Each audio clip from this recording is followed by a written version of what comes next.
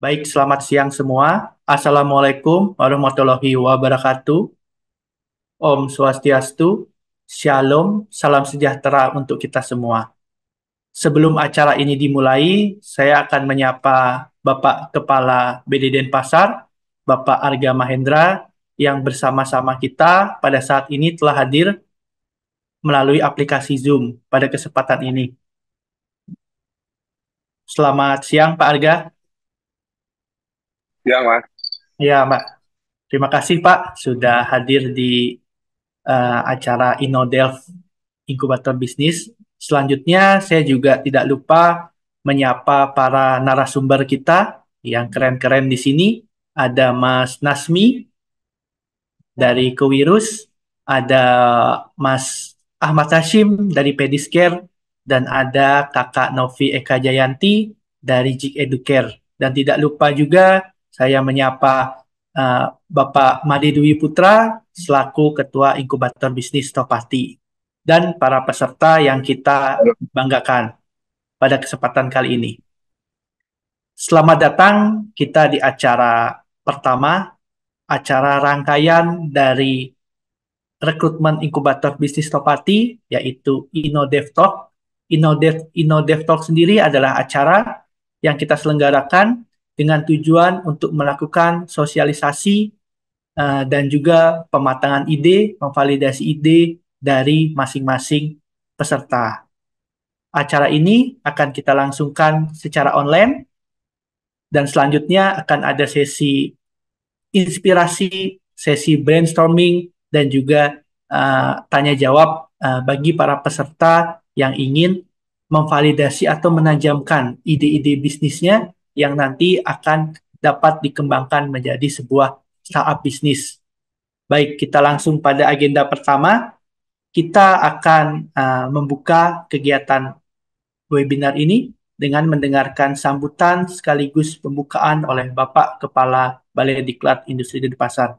Kepada Bapak Arga Mahendra, dipersilakan Pak. Oke, terima kasih Mas Mahen. Uh, Pertama-tama saya ucapkan terima kasih kepada para narasumber. Salam kenal Mas Nazwi Ahmad, Pak Ahmad Hashim, dan Mbak Novi Eka Jayanti. Oke, kita sesuai dengan rangkaian acara yang sudah ditetapkan oleh panitia. Bismillahirrahmanirrahim. Assalamualaikum warahmatullahi wabarakatuh. Om Swastiastu, salam sejahtera bagi kita semua, nama budaya, salam kebajikan. Pertama-tama saya permohonan maaf bahwa kondisi saya lagi dalam perjalanan mungkin agak kurang jelas. Yang terhormat, yang kami hormati Mas Nazwi Ahmad dari Kewirus, yang kami hormati Mas Ahmad Hashim dari Pediscare, yang kami hormati Mbak Novi Eka Jayanti dari Jik Educare, salam kenal, serta para Bapak Ibu, para peserta webinar yang saya banggakan. Selamat siang kepada teman-teman dimanapun kalian berada yang bergabung bersama kita hari ini. Perkenalkan sebelumnya saya Arga Mahendra, saya adalah selaku Kepala Balai Diklat Industri dan Pasar Kementerian Perindustrian dengan bangga menyambut Bapak Ibu semua dalam acara webinar yang bertema The Rise of Health and Wellness Startup. Hari ini hadir bersama dalam satu ruang virtual untuk membahas salah satu tren terbesar dalam dunia bisnis digital, yaitu kesehatan dan kesejahteraan. Seiring dengan perubahan gaya hidup global yang semakin sadar akan pentingnya kesehatan, tentunya kita menyaksikan pertumbuhan yang luar biasa dalam industri kesehatan dan kesejahteraan. Hadir bersama kita juga para pembicara yang berpengalaman dan sudah lebih dahulu berkecimpung di dunia startup kesehatan.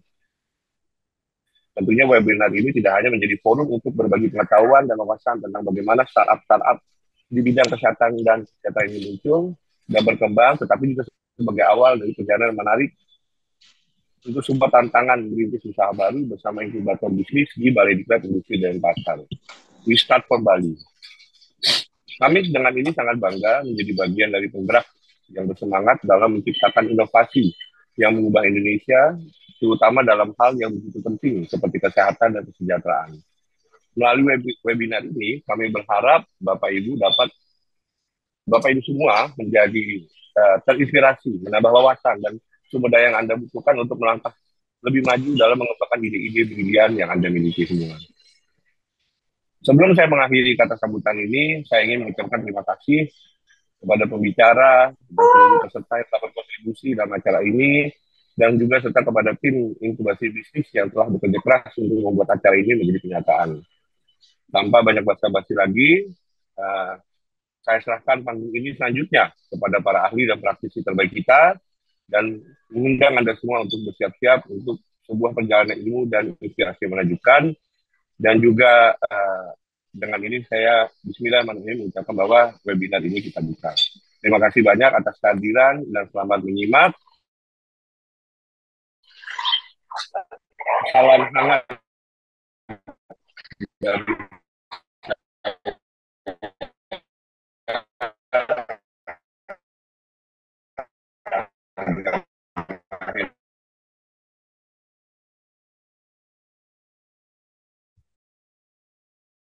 Indra. Wassalamualaikum warahmatullahi wabarakatuh. Halo, Mas Mahen, Iya Pak, agak terdengar? putus-putus Pak. Agak boleh Oh, oke, terdengar oke. Pak, ya. Saya ulang lagi lah ya, pokoknya tanpa basa-basi. Selanjutnya saya serahkan panggung ini kepada para ahli dan praktisi terbaik semua, dan mengundang Anda semua untuk bersiap-siap dan perjalanan ilmu dan inspirasi yang menakjubkan. Dengan ini, bismillahirrahmanirrahim, webinar ini saya buka. Terima kasih banyak atas kehadiran dan selamat menyimak. Bismillah. Wassalamualaikum warahmatullahi wabarakatuh. Om Santi Santi Om. Terima kasih. Terima kasih Pak Arga atas sambutan dan pembukaannya. Sebelum uh, meninggalkan aplikasi Zoom, Pak, izin untuk kita ambil foto bersama Pak Arga, bersama para narasumber dan para peserta. Boleh untuk admin, boleh dibantu screen capture-nya. Oke, hitungan 3, mohon di screen capture ya. 1, 2, 3. Oke, senyum semuanya. 1, 2, 3. Oke, terima kasih Pak Arga. Mohon izin, Terima terima kasih. kasih Pak. Ya, Ya. terima kasih sudah hadir Pak. Selanjutnya kita akan ke sesi narasumber kita yang akan membahas tentang the rise of healthy and the wellness startup. Pada kesempatan kali ini telah hadir uh, coach dan mentor kita Mas Nasmi Ahmad dan juga Mas Hashim uh, yang merupakan founder dari Pediscare. Dan di sini juga ada Kak Novi Eka Janti yang merupakan dosen kebidanan dan juga founder dari Jig Educare, sebuah platform edukasi kesehatan. Oke, pada kesempatan kali ini, Mas Nasmi, apa kabar? Baik, baik. Terima kasih, Mas Nan. Sehat? Sehat, Mas. Selamat bergabung di acara InnoDev Talk yang pertama ini, Mas. Siap. Kita sekarang akan menggali inspirasi yang lebih dalam nih, Mas, tentang startup-startup atau ide bisnis yang bisa kita kembangkan di sektor kesehatan dan wellness.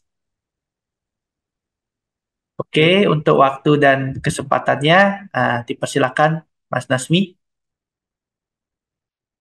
Oke, baik. Terima kasih, Mas Mahen, atas apa namanya pemberian waktu dan layarnya.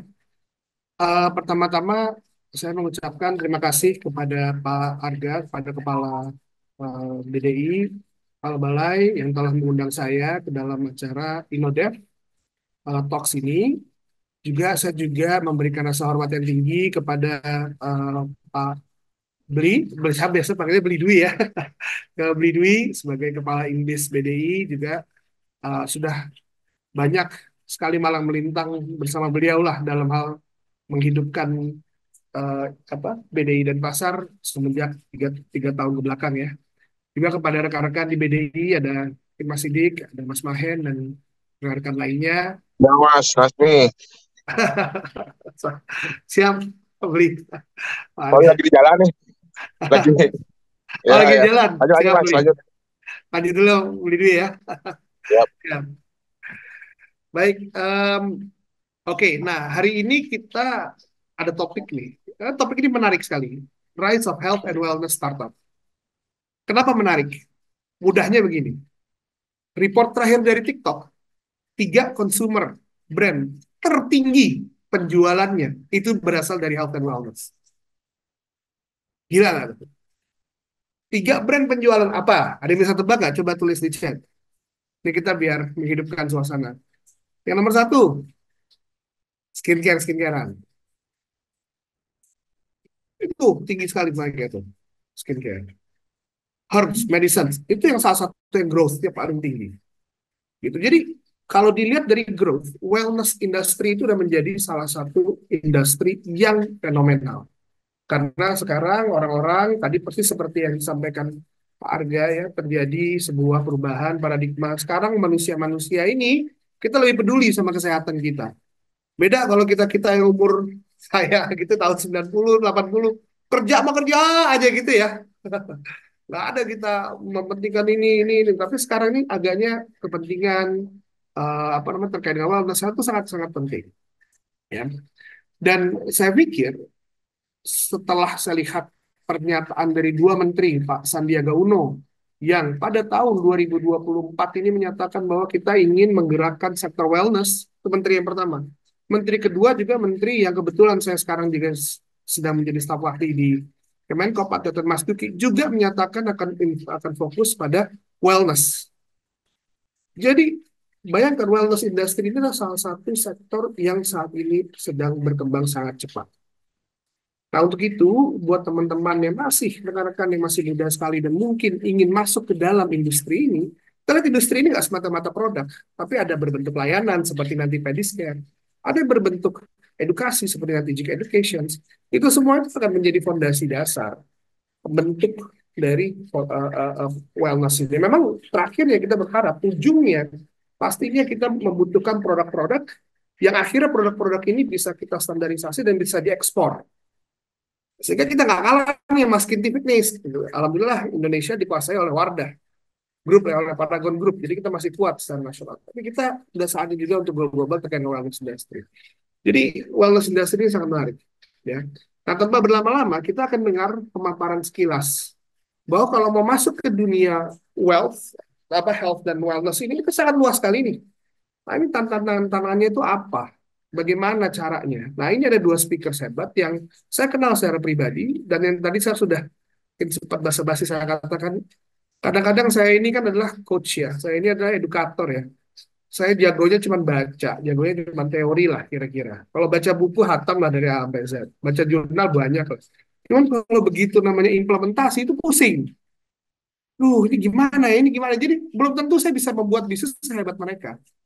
Nah, untuk itu kita ingin dengar sendiri nih buat dari para praktisi ini bagaimana mereka memulai ya startup-startup mereka ini di industri wellness dan kira-kira tantangannya seperti apa. Nah, kita dengar sekilas. Nanti kita akan masuk ke sesi Q&A.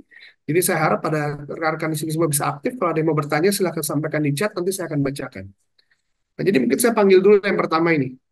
Yang pertama ini adalah dengan Mas Hashim. Wah, ini udah lama kita cukup kenal ya. Kebetulan Mas Hashim ini adalah juara nasional untuk program Entrepreneurship Development dari Kemenkop UKM dari 2.300 patenpreneur waktu itu ya, masih patenpreneur.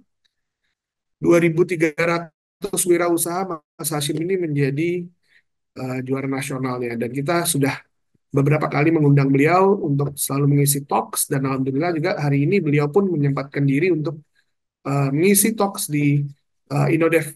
Ya, jadi saya pikir ini kesempatan yang langka untuk kita bisa mendengar sendiri bagaimana kisah perjuangan beliau ini mendirikan Pediscare, ya, sehingga menjadi startup yang menurut saya ini ke depannya ini bisa sangat besar sekali ini karena niche market potensinya besar dan problemnya nyata. Gitu. Oke, kita langsung dengar sendiri. Saya kasih waktu Mas Hashim ada pemaparannya. Oke, thank you. Udah siap dengan Suara pemaparannya, Mas? ya. Oke, coba di share screen-nya udah bisa. Wait.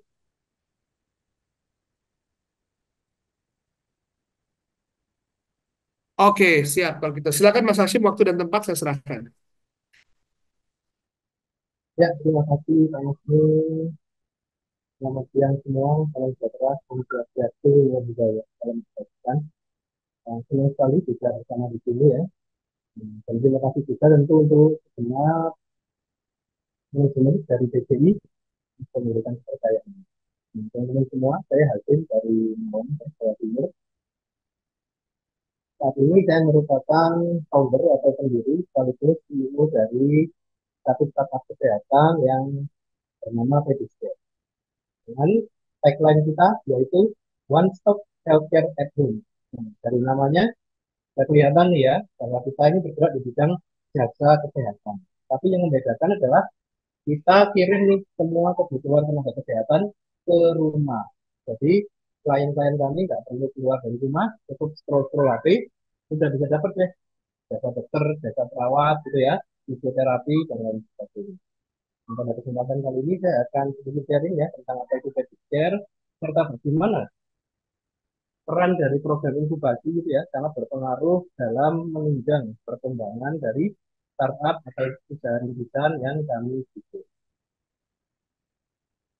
Nah, sedikit kilas balik, kita memulai sebenarnya waktu itu dari tahun 2014 ya, sebagai praktek mandiri tenaga kesehatan biasa ya, konvensional. Kebetulan saya profesinya itu latar belakang perawat gitu ya, sekaligus dosen ya, mengajar di Universitas Brawijaya. Nah, tahun 2021 kita mengembangkan atau bertransformasi ya, dari yang awalnya hanya praktek mandiri konvensional menjadi yang namanya nursing center, yaitu pusat pelayanan keperawatan di luar rumah sakit ya. Nah, kenapa nih kok bisa berubah ya? Awalnya hanya bertiga, nursing center ini Mas bagi Hashim, kita izin Mas, ini ya, dapat feedback sedikit, suaranya agak terlalu kecil Mas ya, dari Mas suaranya Hashim ya. kecil. Oke, baik. Izin Mas. Coba aku ganti pakai yang ini mic-nya gimana? Ini Oh, oke Mas. Oke ini oke oke ini. Mas ini. Ah, oke, ini better Oke. ya. Ini better. Oke, Oke, oke. oke, oke. Silakan Mas. Saya lanjutkan. Terima kasih inputnya.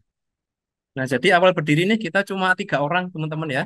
2014 itu hanya bertiga. 2021 ini kita sudah lebih dari 50 orang ya, keluarga besar kita di Pediscare. Oke, nah kenapa bisa seperti itu? Karena ini nih, tidak lain adalah kita belajar ya, namanya wirausaha.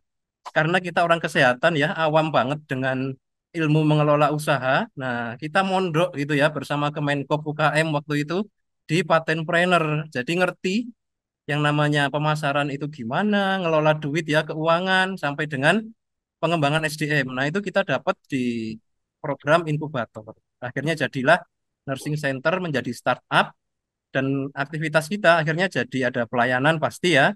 Kita juga jualan produk, kita juga ada kegiatan sosial kemanusiaan untuk masyarakat yang tidak mampu ya. Serta kita juga mengadakan pendidikan pelatihan.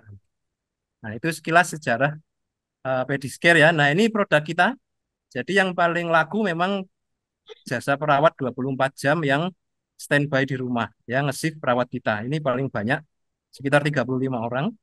Nah, bersama ini ikut nih ada dokter visit, fisioterapi, bidan ya, rental alat kesehatan. Kita juga ada kerjasama dengan lab supaya bisa sampling di rumah ya. Kita juga kerjasama dengan banyak produk nih untuk kita jual ke customer-customer kita. Nah, jadi pintu masuk duitnya banyak. Nah, itu kita juga dapat ilmunya dari inkubator ya, bagaimana revenue stream istilahnya itu bisa ditambah, nggak cuma satu doang jasa gitu ya. Nah, yang menjadikan kami unik memang ini ya, pasien kami itu rata-rata lansia dan orang yang punya penyakit kronis. Jadi kita benar-benar memanage ya penyakitnya itu di rumah, biar pasiennya itu sehat, nggak banyak perburukan dan nggak mengalami komplikasi. Kenapa? Karena di rumah lah orang itu banyak loss sebenarnya. Lupa minum obat lah, nggak ngatur diet lah, nggak cek gula dan lain-lain. Nah, ini sekilas tentang kami ya, teman-teman ya. Nah, apa yang bisa membuat kami bertahan ya, bahkan hingga berkembang? Memang yang pertama kita sebagai usaha kecil ya, itu harus punya value yang unik.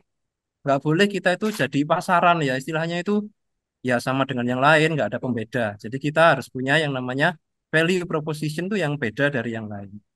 Oke, terus kita juga harus melek nih dengan digitalisasi. Jangan sampai kita punya bisnis tapi dicari di Google nggak ada. Nah, itu langsung jatuh nih kredibilitasnya. Itu ya. Nah, ini nanti teman-teman juga bisa belajar di inkubator ya bagaimana nih memainkan TikTok, memainkan Instagram ya untuk menunjang bisnisnya. Oke, terus network. Nah, ini yang penting. Karena kami di Malang ya, kota kecil di Jawa Timur, kita bisa ketemu dengan Pak Nasmi, kita ketemu Pak Teten ya, Pak Menteri. Itu nggak lain juga lewat inkubator gitu loh. Kalau dari Malang sendiri mau ke sana ketemu, kayaknya impossible deh ya, gitu kan. Nah, terus ini ya, peran inkubator dan akselerator penting. Karena mereka ini yang punya jejaring, punya sumber daya, punya ilmu dan skill. Nah, apalagi kalau ada yang gratis, nah itu wajib ikut teman-teman ya. Karena kita tinggal download aja tuh semua ilmu dan fasilitasnya, yang pastinya itu akan berimpact besar untuk bisnis kita. Dan yang terakhir, nah ini ya kuncinya, jangan menyerah, seperti lagunya The Massive ya. Karena sebenarnya solusinya itu bertebaran di luar sana, tinggal kita mau keluar nggak sih, berjejaring, ikut inkubator dan pelatihan. Karena semua jawabannya ada ya. Nah, dari situ kita bisa membangun nih revenue ya. Memang yang terbesar pemasukan kami itu dari pelayanan kesehatan. Dengan landscape customer kayak gini nih, masyarakat yang tinggal di perkotaan ya, keluarga yang sibuk, ekonomi middle up. Kita kasih nih mereka paket harian, mingguan, bulanan ya, hingga paket weekend dan liburan. Itu ya teman-teman ya. Oke, nah kita aktif semua di platform online maupun offline. Jadi di awal dulu saya juga turun ke jalan nih, bagi brosur ke pintu-pintu, ketemu mak-mak gitu ya, jelasin produk kita seperti apa. Nah, gitu ya. Akhirnya traction atau transaksi kita itu bisa terus meningkat dari waktu ke waktu. Yang terbaru kita membuat ini ya, platform untuk pelatihan dan juga seminar ya, baik itu online maupun offline. Ya, saya rasa ini slide terakhir ya dari saya. Nah, ini sedikit gambaran teman-teman ya, bagaimana usaha kecil-kecilan kami setelah kita mengikuti inkubator dan akselerator itu bisa mencapai omset ya yang cukup bagus lah. Saya rasa 1,8 miliar, kemudian naik nih pandemi ya, 2,1, 2,3 ya. Hingga yang terakhir kemarin 2,63 di tahun 2023. Kita juga sudah buka 2 cabang ya, satu di Kabupaten Malang, satu di Sidoarjo, dan sekarang lagi speak-speak nih nego ya untuk bikin di Madura, di Jombang ya, dan juga Kediri. Ya, I think so ya, sedikit kisah singkat semoga memberikan motivasi, inspirasi, dan semangat untuk teman-teman semua di Bali nih, dengan potensinya yang saya yakin lebih gede dari Malang deh ya. Tetap semangat ya semuanya, saya kembalikan ke moderator Pak Nasmi, selamat sore. Baik, baik. Terima kasih Mas Hasim. Wah, luar biasa ya.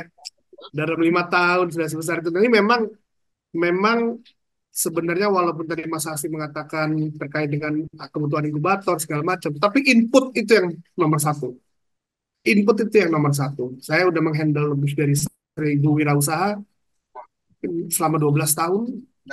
Ribuan saya udah handle. Mas Hasim ini salah satu yang input terhebat. Ya, Alhamdulillah jadi ini luar biasa. cocok Nanti kita akan chemistry-nya. bincang lebih lanjut. Ya, nah selanjutnya nih kita langsung memanggil untuk pembicara kita yang kedua nih ya, Mbak Novi, Mbak Novi. Nah ini juga nih Jik Educare. Nah ini tuh Mbak ada slide-nya yang bisa di-share? Ada dong, sebentar. Oke, Saya nanti kita buatkan. lebih banyak ditanya jawabnya ya. Iya, siap. Oke, mungkin silakan di-share.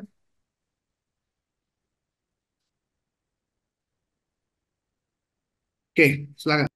Oke, baik. Terima kasih Mas Nasmi.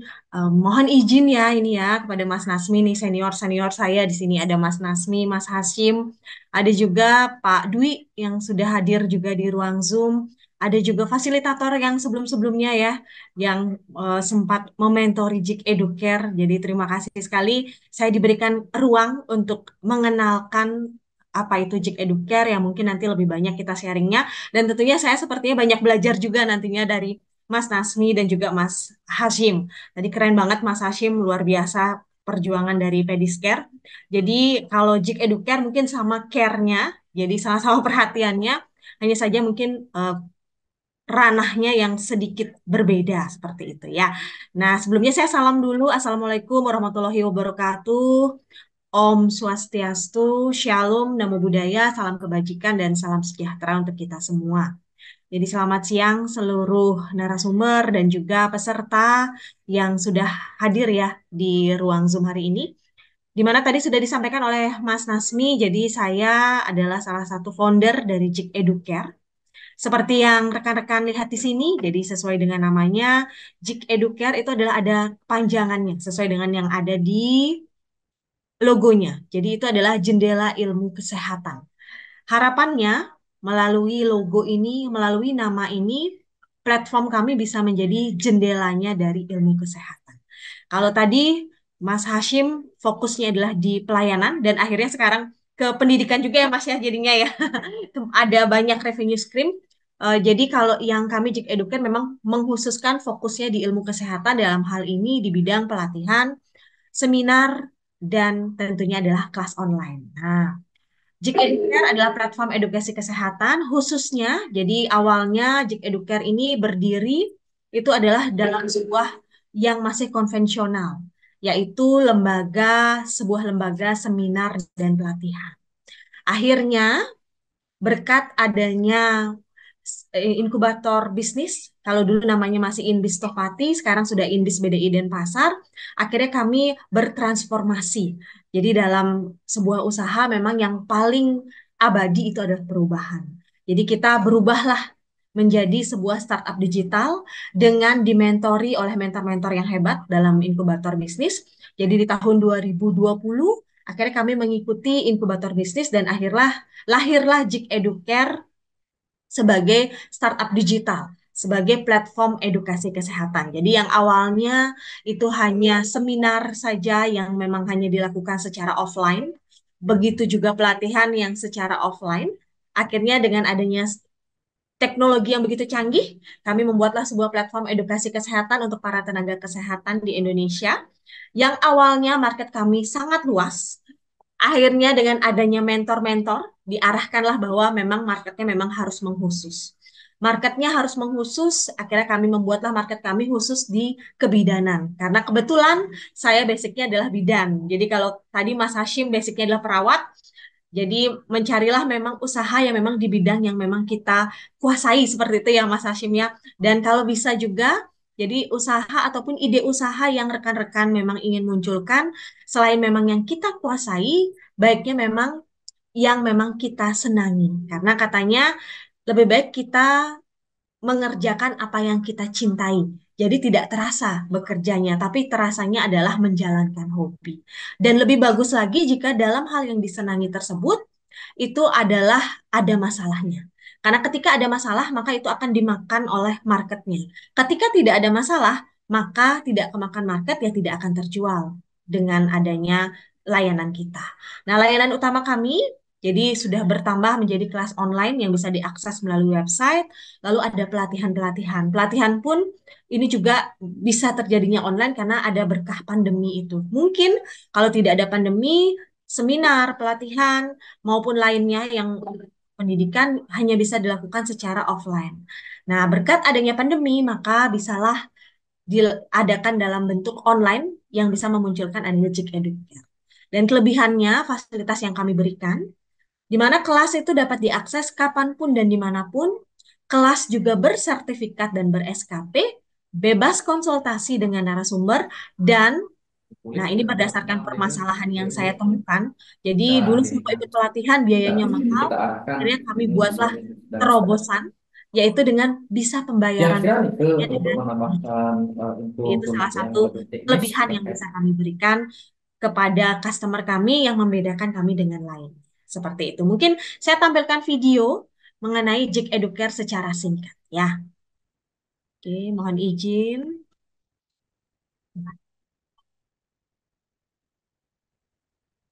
Sudah terlihat ya? jikeducare.com, webinar dan pelatihan online tenaga kesehatan nomor 1 di Indonesia. Video webinar dan pelatihan untuk menambah pengetahuan dan skill para tenaga kesehatan. Bidan, perawat, dokter, fisioterapis, dan analis kesehatan dengan narasumber dan pelatih yang profesional dan berpengalaman di bidangnya. Video dapat diakses selamanya dan mendapatkan sertifikat ber-SKP. Ayo klik jikeducare.com. Geek Educare. Itu video singkatnya, dan berikut saya lanjut dulu. Jadi adanya Geek Educare ini memang berkat adanya Inbis ini juga. Mungkin kalau tanpa adanya inkubator bisnis, maka Geek Educare tidak akan bisa berkembang seperti sekarang, menjadi sebuah startup digital yang walaupun sekarang sudah lewat masa pandemi, tapi masih dibutuhkan oleh tenaga kesehatan, khususnya bidan. Jadi masih ada kegiatan yang bisa kami lakukan. Nah, berikut adalah foto kemarin kami mengikuti kegiatan inkubator bisnis. Jadi kami melalui proses inkubator bisnis tersebut hampir sama dengan rekan-rekan yang mungkin akan mengikuti kegiatan-kegiatan selanjutnya di inkubator bisnis BDI Denpasar. Jadi kalau saat itu namanya adalah Rookie Innovator Challenge. Jadi kami masuk dalam angkatan ke-8 dan kebetulan Geek Educare itu menempati juara kedua ya, juara kedua untuk kategori startup digital. Jadi lainnya juga ada startup di bidang kria juga, jadi yang itu juga ikut dalam konferensi Rookie Innovator Challenge. Reference itu singkatannya. Ya. Dan seperti apa tantangan yang dihadapi, jadi jatuh bangun Geek Educare ini, tapi satu hal yang saya bisa sharing pada rekan-rekan, ketika jatuh bangun memang kita harus tetap belajar, belajar, dan belajar. Sesuai dengan prinsip long life education. Jadi kita belajar sepanjang hidup kita untuk bisa membenahi diri. Kalau tadi kata Mas Hashim, kita tenaga kesehatan belajarnya lebih banyak. Karena apa? Karena basic kita adalah yang kita pelajari saat kuliah itu bukan kesehatan. Itu bukan tentang bisnis, tapi tentang kesehatan. Jadi saat pertama kali terjun dalam bisnis ini, syukurnya ada rekan yang saya ajak. Jadi saya menganut prinsip kalau kamu mau berjalan dekat, berjalan cepat, berjalanlah sendiri. Tapi ketika kamu ingin berjalan jauh, maka berjalanlah secara bersama-sama. Jadi saya tidak hanya sendiri di sini, di Geek Educare sebagai founder ada 2 orang, jadi ada tim yang saya ajak untuk kita berjalan biar bisa jauh. Namun dalam proses jatuh bangun Geek Educare tersebut ada hal yang bisa saya sharing. Jadi memang dalam proses membangun usaha, mungkin Mas Hashim, Mas Nasmi sudah mengalaminya, ada 3 pilar penting, terutama yang untuk di bidang kesehatan, ada 3 pilar penting yang harus kita kuasai. Yang pertama adalah perkuat skill. Kesehatan tadi Mas Nasmi bilang kesehatan itu luas, banyak sekali hal yang bisa diambil. Entah di pelayanan atau seperti Geek Educare dia di pendidikan, tapi tetap harus ada skill yang harus kita perkuat. Contohnya, kalau memang di bidang seperti yang di pelayanan, maka skill-skill yang diperlukan lebih kompleks, lebih lengkap dalam melayani pasien, dalam melayani customer. Lalu kalau di Geek Educare sendiri sebagai platform edukasi kesehatan berarti skill apa? Karena tidak melayani, skill komunikasi yang harus saya perkuat. Karena apa? Selain ke customer, jadi yang harus saya komunikasikan dengan baik adalah menjalin kerjasama dengan organisasi profesi. Karena tadi seperti di video, kami mengutamakan adalah juga ada pemberian SKP. Jadi mungkin rekan-rekan kesehatan sudah tahu di mana SKP ini sangat penting. Sangat penting untuk perpanjangan STR saat itu ya. Walaupun sekarang SKP itu untuk tenaga kesehatan, STR untuk tenaga kesehatan sudah berlangsung seumur hidup. Nah, itu menjadi tantangan saat ini untuk kami di Geek Educare, tapi kami terus belajar lagi gimana caranya biar tetap Geek Educare ini ada dan bisa berkembang gitu. Kalau saat itu sangat diperlukan SKP sehingga kami komunikasi yang kami lakukan tidak hanya ke customer tapi juga yang harus kami mantapkan komunikasi ke organisasi profesi karena itu kunci utama untuk adanya SKP. Lalu jadilah kreatif. Nah, tadi sudah disampaikan, mungkin disinggung sedikit juga oleh Mas Hashim. Jadilah kreatif karena untuk bersaing dengan para pelaku usaha kesehatan lainnya perlu ada kreativitas. Dengan adanya kreativitas ini, maka itu yang membedakan, seperti tadi disampaikan oleh Mas Hashim, yang membedakan inilah yang menjadi ciri khas dari usaha kita. Ketika kita sudah punya ciri khas, kita diingat, maka kita dicari oleh customer kita. Lalu sabar. Nah, ini yang paling penting lagi satunya, karena di awal-awal berdirinya sebuah usaha, pasti menangis darah. Pasti ada fase jatuhnya lagi, bangunnya lagi. Kuncinya adalah sabar. Karena katanya sabar ini adalah pohon pahit yang berbuah manis. Gitu adalah kesabaran. Kalau ada yang menyampaikan bahwa kesabaran saya sudah habis, berarti dia tidak sabar. Karena apa? Karena kesabaran itu sebenarnya tidak berbatas. Jadi tidak ada batasnya dan ini harus dilatih. Caranya gimana melatih? Langsung terjun, langsung action sebagai pengusaha nanti akan terlatih dengan sendirinya. Jadi harus sabar. Sabar kepada pelanggan, sabar dalam mengalami kesulitan keuangan, sabar dalam mengelola karyawan, dan beragam persoalan lainnya. Karena yang saya alami, kalau saya basicnya awalnya memang bukan murni dari pengusaha, mungkin sama dengan Mas Hashim, jadi saya awalnya adalah memang pekerja juga. Kalau saat pekerja, kita hanya memikirkan satu hal saja, satu tugas itu saja yang kita selesaikan. Tapi ketika kita menjadi pengusaha, maka yang kita pikirkan tidak bisa hanya satu hal. Yang kita pikirkan banyak hal, lebih multi talented lagi, lebih banyak pikiran yang harus kita bagi. Nah, dari sinilah kita harus perkuat tiga skill ini. Tiga pilar penting ini, perkuat skill, jadilah kreatif dan sabar. Dan penting juga untuk diingat, jadi saya sharing sedikit mengenai apa sih kuncinya untuk kita memiliki startup, untuk kita bisa bertahan memiliki startup ini, 40% itu adalah niat dan semangat. Lalu 20%-nya adalah skill dan kemampuan, 20%-nya adalah pemasaran dan operasional. Karena ketika hanya ada produk saja, tanpa ada pemasaran yang baik, maka market pun tidak tahu bahwa ini loh ada produk yang kamu perlukan. Jadi 20% masuk dalam pemasaran dan operasional. Dan yang terakhir, ingat, yang dibenahi bukan hanya produknya, bukan hanya bisnisnya, tapi adalah diri kita sendiri.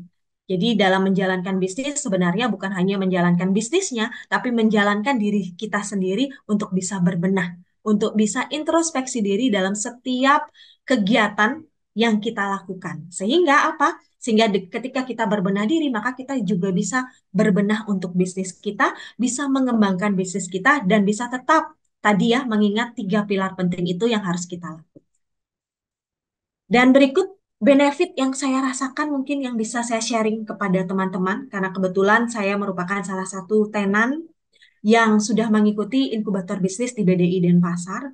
Jadi ini sharing sedikit ya teman-teman ya rekan-rekan, di mana yang saya rasakan benar-benar pengalaman pribadi, di mana saya memperoleh mentoring. Mentoring ini kalau rekan-rekan tidak melalui inkubator bisnis, biayanya bisa satu mentor itu lumayan ya. Boleh nanti Mas Nasmi mungkin sharing ya nanti ya. Itu lumayan ya, berapa kali penghematan itu yang bisa kita lakukan tapi bisnis bisa berkembang. Jadi saya mendapatkan mentoring dari mentor-mentor yang berpengalaman di bidangnya, dan mentoring itu langsung saya bisa praktekkan ke startup saya. Jadi tidak hanya teori. Jadi begitu dapat mentoring langsung praktek. Karena apa? Karena kami sudah memiliki proposal yang diikut sertakan dalam inkubator bisnis. Proposal ini yang kami kembangkan sampai akhirnya ada usaha, sampai akhirnya ada revenue, ada penghasilan wajib. Nah, ini tetap diawasi juga oleh mentoring. Sudah berapa penghasilannya dalam 3 bulan? Sudah berapa? Itu tetap, karena kalau tidak seperti itu, kita tidak akan praktek langsung. Karena bisnis yang penting itu adalah action-nya gitu katanya. Lalu benefit yang kedua yang saya rasakan, saya mendapatkan fasilitator yang bisa diajak berdiskusi mengenai masalah dan perkembangan di startup saya atau di startup masing-masing ya. Lalu yang ketiga, mendapatkan fasilitas co-working space dalam 1 tahun loh teman-teman. Wow, luar biasa, 1 tahun difasilitasi co-working space, itu dapat komputer juga. Jadi kita udah merasa bahwa wah memang benar nih, saya adalah foundernya, saya adalah owner dari bisnis ini, jadi lebih menjiwai. Jadi sudah difasilitasi semua, jadi sudah serasa mendapatkan kantor baru gitu ya, usaha baru untuk bisa saya kembangkan. Lalu yang berikutnya, manfaat yang saya rasakan, saya mendapatkan banyak relasi dari startup lain dan dari para mentor. Jadi em, relasinya, rekanannya bukan lagi kepada yang pekerja, tapi sudah relasinya adalah ke owner-ownernya. Karena yang kita ajak di sana dalam mentoring, ya memang rekan-rekan yang memang memiliki usaha. Lalu mentornya sendiri memang yang memiliki usaha juga. Jadi naik level istilahnya kita. Lalu berikutnya, benefit yang saya rasakan, saya mendapatkan menambah insight. Insight, banyak sekali insight yang saya rasakan mengenai strategi pengembangan bisnis digital. Kalau nggak ikut mentoring, kira-kira dapat nggak? Mungkin dapat, tapi harus ikut pelatihan, harus ikut seminar-seminar yang berbayar tentunya. Tapi kalau di inkubator bisnis BDI Denpasar itu semuanya kita bisa dapatkan gratis rekan-rekan selama 1 tahun. Kalau ada yang gratis, kenapa harus berbayar gitu istilahnya ya, untuk mendapatkan ilmu yang luar biasa dari mentor kita. Nah, ini saya sharing sedikit. Nah, berikut mungkin gambarannya dari rekan-rekan yang mungkin nanti mau bergabung menjadi salah satu tenan di inkubator bisnis dan pasar. Ini ruangan yang bisa coworking space yang bisa kita gunakan. Ini mendapatkan satu coworking space. Jadi ini untuk Jik Educare-nya ruangnya cozy banget, nyaman banget untuk rekan-rekan bekerja di Tohpati Center ini atau di Balai Diklat Industri dan Pasar. Tentunya wifi-nya gratis juga. Jadi semua sudah terfasilitasi sebagai sebagai tenan di inkubator bisnis dan pasar. Nah, berikut adalah beberapa dokumentasi yang saya ada kemarin saat mengikuti mentoring. Jadi beneran mentoringnya ya ini walaupun berbanyak, tapi nanti presentasinya jadi di mentoringnya ya one on one antara mentor satu dengan bisnisnya. Ditanya masalahnya apa, apa yang dibangun sesuai dengan temanya saat itu apa. Saat saya ya, mungkin saat ini ya kalau ada perubahan menyesuaikan, tapi tentunya tetap mendapatkan mentoring mungkin yang lebih bagus dan lebih intens dibandingkan zaman saya. Ini masih pakai masker karena zaman itu masih zaman pandemi di tahun 2020. Jadi kalau sekarang mungkin sudah tanpa masker ya, karena sudah bebas dari new normalnya sudah lewat ya. Oke, ini ada video ya yang tadi saya tampilkan. Sudah, mungkin itu saja. Sorry. Oke, ini closing statement nanti ya Mas Nasmi ya? Apa sekarang bisa? Nanti Apa? ya? Closing statementnya nanti ya Mas ya? Nanti aja, nanti kita Oke, tanya nanti jawab aja. dulu. Oke, baik. Itu saja mungkin Mas Nasmi, waktunya juga sudah hampir habis ini. Waktu dan tempat saya serahkan kembali kepada Mas Nasmi. Wassalamualaikum warahmatullahi wabarakatuh. Om Santi, Santi, Santi Om, Shalom, Namo Buddhaya, salam kebajikan dan salam sejahtera untuk kita semua. Selamat siang. Baik, baik, selamat siang. Baik, luar biasa. Mungkin bisa bantu di spotlight juga Mas Hashimnya untuk kita masuk ke sedikit sesi diskusi dan tanya jawab. Saya juga agak-agak kepo-kepo juga nih, pengen belajar soalnya. Nah, mungkin nanti buat rekan-rekan yang hadir, kalau misalnya ada pertanyaan, silakan langsung tulis di chat ya. Silakan langsung tulis di chat. Nanti saya akan langsung bacakan untuk disampaikan kepada para moderator. Cuman sambil jalan nih, sambil jalan. Nah, izin saya nih yang ngebedah mereka-mereka ini nih. Terasa Supaya dokter kita ya, Mas Hasto. keluarkan nih, supaya bocor semuanya gitu. Kalau nggak bocor semuanya ini ilmunya ini sayang. Nah, mungkin saya mau mulai dari yang pertama dulu. Terkait ide dan peluang. Nah, ini yang paling penting nih. Kalau ide itu kan banyak ya, peluang itu banyak ya. Nah, saya pengen tahu dulu nih, mungkin saya mulai dulu dari Mas Hashim lah ya. Mas Hashim, saya mau tahu, tolong sampaikan. Ide sama peluang ini tuh gimana waktu itu bisa ada mendapatkannya? Apa namanya, pedicare ini? Kok bisa kepikiran bikin nurse at home itu? Itu Oh gimana ya, sih? Silakan, Mas ya, ya. Hashim. Oke, thank you Pak Nasmi. Jadi memang karena latar belakang praktisi ya kita ya namanya orang kesehatan tuh sering bikin praktek lah ya di rumah gitu kan. Kebetulan memang saya punya keahlian itu ngerawat ini lukanya orang diabetes gitu ya teman-teman ya. Jadi orang diabetes itu rata-rata kan lukanya agak jelek terus sering kali itu harus diamputasi gitu ya. Nah itu kita rawat nih biar nggak kena amputasi. Nah dari situ kemudian kita interaksi nih dengan pasien dan keluarga gitu ya. Ternyata kita dapat banyak sinyal-sinyal rupanya orang-orang ini itu butuh ya tenaga kesehatan lain untuk bisa ke rumah. Ada juga yang butuh nih perawat tapi nggak cuma ngerawat terus pulang, tapi perawatnya emang stay di situ ya, ngerawat papa mamanya karena anak-anaknya sibuk kerja atau tinggal di luar kota. Nah, ini muncul nih ya sinyal-sinyal yang sepertinya kalau tidak kita respon itu ya akan hilang kan, sayang karena ada kebutuhan dan ada problem. Akhirnya kita coba satu-satu nih, istilahnya itu diecer ya Pak Nasmi ya. Coba cari perawat satu dikirim, cari rekanan dokter berangkat gitu ya. Nah, seperti itu cukup lama jalannya. Sampai akhirnya kita mulai banyak permintaan dan mulai susah ya ngatur ya, kok ribet ya gitu kan.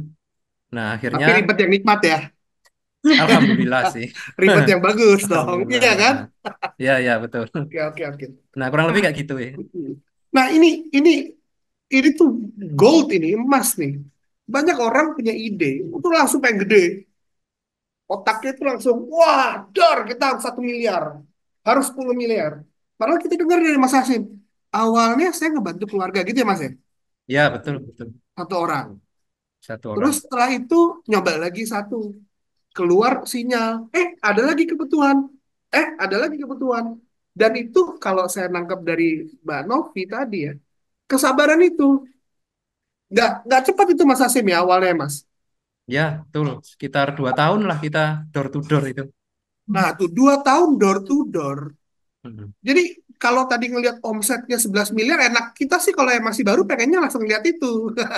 Yang lihat perjuangan di awal door to door, satu-satu diurusin, ya kan? Nah, ini tuh yang sering-sering tidak terlihat. Oke, thank you Mas Hasim. Saya juga mau coba lempar dulu ke Mbak Novi. Mbak Novi, Ya, sama atau enggak? Ada perbedaan atau ada tambahan? Silakan. oke, baik. Terkait menemukan idenya. Ya, baik. Terima kasih, Mas Nasmi. Kalau tadi Mas Hashim kan memang di pelayanan, jadi memang basicnya memang ingin merawat seperti itu, ingin membantu orang tua. Nah, kalau saya pribadi, itu idenya kenapa muncul? Karena berawal dari masalah saya dulu. Jadi saya yang mengalami masalah dulu. Ketika saya mengalami masalah, apa ya kira-kira yang memang bisa saya lakukan? Saya berikan solusi untuk diri saya. Akhirnya gimana caranya solusi yang saya buat ini tidak hanya bermanfaat untuk saya, tapi saya juga bisa untuk banyak orang gitu awalnya. Dimana awalnya kita buat seminar dulu, coba Mas Nasmi. Jadi kita coba dulu untuk buat seminar saat itu yang memang waktu itu adalah masih online, sifatnya masih online, sedangkan dituntut nih tenaga kesehatan khususnya saya sendiri untuk bisa mengumpulkan SKP untuk perpanjangan STR. Sedangkan info-info itu sangat sedikit yang mengadakan saat itu yang untuk bidan. Gimana nih caranya saya? Akhirnya saya coba, yuk kita coba yuk buat seminar. Kebetulan memang karena memang saya basicnya memang di pendidikan, jadi kebetulan ada link yang bisa yang saya tahu kemana harus ngurus dan lain sebagainya itu sudah saya tahu dan kebetulan memang saya suka ternyata sebagai istilahnya saat itu sebagai IO ya dalam hal pembuatan seminar. Akhirnya saya coba buat sekali webinar, ternyata boom banyak peminatnya. Terus akhirnya yuk gimana kalau gitu kita kembangkan menjadi sebuah lembaga seminar dan pelatihan. Akhirnya buatlah lembaga seminar dan pelatihan. Namun dalam perjalanannya itu akhirnya adalah inkubator bisnis. Nah dalam perjalanannya itu ternyata dalam satu tempat, jadi dalam satu waktu saat kita mengadakan seminar itu seringkali banyak sekali tepatnya setelah lewat baru ada yang menanyakan, saya mau ikut yang ini, padahal itu sudah lewat. Jadi kan tidak bisa kalau memang kita hanya bentuk dalam bentuk webinar. Akhirnya kita buatlah sebuah platform edukasi kesehatan ini yang memang kelas online-nya ber-SKP bisa diakses kapanpun dan dimanapun. Jadi kapan perlunya, biasanya kan seperti itu ya, kapan perlunya, saat itu baru ngaksesnya. Jadi kita buatlah dalam bentuk website berkat arahan dari inkubator bisnis dan pasar ini. Oke, Gitu Mas Nasmi berarti ya. ini quotes-nya ya. Karena memang masalah ini Anda hadapi sendiri. Anda tahu persis ini adalah masalah. Karena ini juga salah satu cara untuk memulai sebuah ide gitu. Yaitu apa? Saat kita sendiri tahu bahwa ini adalah masalah. Dan dari situ kita mulai membangun. Tapi lagi-lagi juga pelan-pelan itu kan. Iya, Satu betul. dulu, satu dulu, satu dulu. Makin lama Betul. makin besar, ya kan? Ya, Nah, betul. terkadang tuh kita Nggak bisa langsung besar. nggak bisa langsung besar. Nah, ini ada lanjut ke topik saya yang kedua. Ya. Ya, saya udah ada daftar list nih. Kalau saya terusin bisa 3 jam, tapi saya cut Harusnya akhirnya. dibagi ya. Mas Acim mau ada rapat soal sini ya. Mbak Novi juga. Oke. Saya paling senang kalau kayak gini ya. Lama-lama saya harus buka podcast nih. Mungkin jadi harus buka Setuju, podcast. setuju, setuju Mas Kalau Nasmi. podcast bisa sejam kita ngobrol kan puas gitu. Nah, jadi kita sekarang masuk kedua, eksekusi. Nah, kenapa saya labelin eksekusi? Karena ide itu percuma, nothing. Tapi eksekusi inilah yang menjadi landasan supaya ide itu bisa perlahan-lahan itu naik. Bedanya apa? Eksekusi yang bagus itu akan mempercepat proses pertumbuhan. Eksekusi yang buruk itu akan memperlambat. Tapi bukan berarti nggak bisa naik. Nanti lama-lama kan orang itu makin pintar maka akan naik. Tapi kalau eksekusi yang baik, nah, ini yang menjadi problem banyak startup. Ribuan startup yang saya handle dan sebagainya, eksekusinya itu sangat lemah. Nah, sekarang kita dengar nih dari Mbak Novi dulu. Oke. Mbak Novi, Mm-mm. jujur. Ya, Oke. jujur. Jujur ya. Jujur, Mudah-mudahan gitu ya. jujur. Jujur ya. Oke. Nah, makasih juga jujur nih nanti. Waktu awal, berapa orang sih, Jik? Awal mulanya. Yang daftar, Mas? Atau Nah, bukan. Yang ngurusin Jiknya. Selain ngurusin? 10 orang, 20 orang? Enggak lah. Berapa orang, Mbak? Ngurusinnya hanya berdua lah, Nah, Mas. berdua. Oke, kita dengar nih semuanya. Ya. 2 orang itu ngerjain apa aja, Mbak? Wah, ngerjakan segala macam hal yang bisa dikerjakan. Oh, kenapa nggak langsung angkat intern 100 gitu, Mbak? Ya, ya kita reality ya, Mas Nasmi ya. Nah, Jadi kan belum berani untuk mencari yang banyak. Karena apa belum berani mencari yang banyak? Karena kita belum melihat prospek untuk kedepannya apakah ini memang akan jalan terus atau tidak. Jadi resikonya masih kita sambil jalan, sambil pelajari, akhirnya setelah makin lama makin berkembang, kami tambah lagi seperti Mas Hashim seperti itu. Ini Mbak, ini problem. Ini problem di anak muda sekarang. Wih, saya boleh nggak ngomong ini? Ini problem. Anak muda sekarang punya ide langsung angkat intern 10, Mbak. Nggak Wow. mau mereka menghandle kerjaan-kerjaan basah itu. Marketing harus ada intern satu, ini harus ada intern satu, ini nambah lagi, ini intern. Maunya langsung jadi bos. Gitu. Nah, itu kalau kita lihat mulai dari mana? Dari Steve Jobs waktu dia di garasi. Kita berbicara Jeff Bezos waktu dia masih di apartemennya di New York. Kita berbicara Mark Zuckerberg, dia masih di ini. Kita lihat semua Nadiem Makarim waktu pertama kali berdiri di garasi rumahnya dia. Kita lihat semua bukti-bukti otentik, bahkan di depan kita sendiri, Mas Hasim, Mbak Novi.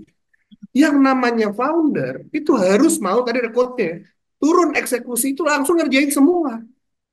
Tapi satu-satu kan gitu ya, karena kan cuma berdua nggak bisa ngerjain semua 100 serentak kan gitu ya, Pak ya. Nah ini Benar-benar. penting ini saya pikir nih. Kalau saya ini tugasnya meramu ini menjadi lesson learn buat teman-teman semua yang ada di sini. Nah Mas Hasim, dulu berapa orang Mas waktu mulai? Awal bertiga, saya, satu orang co-founder, sama satu lagi mahasiswa.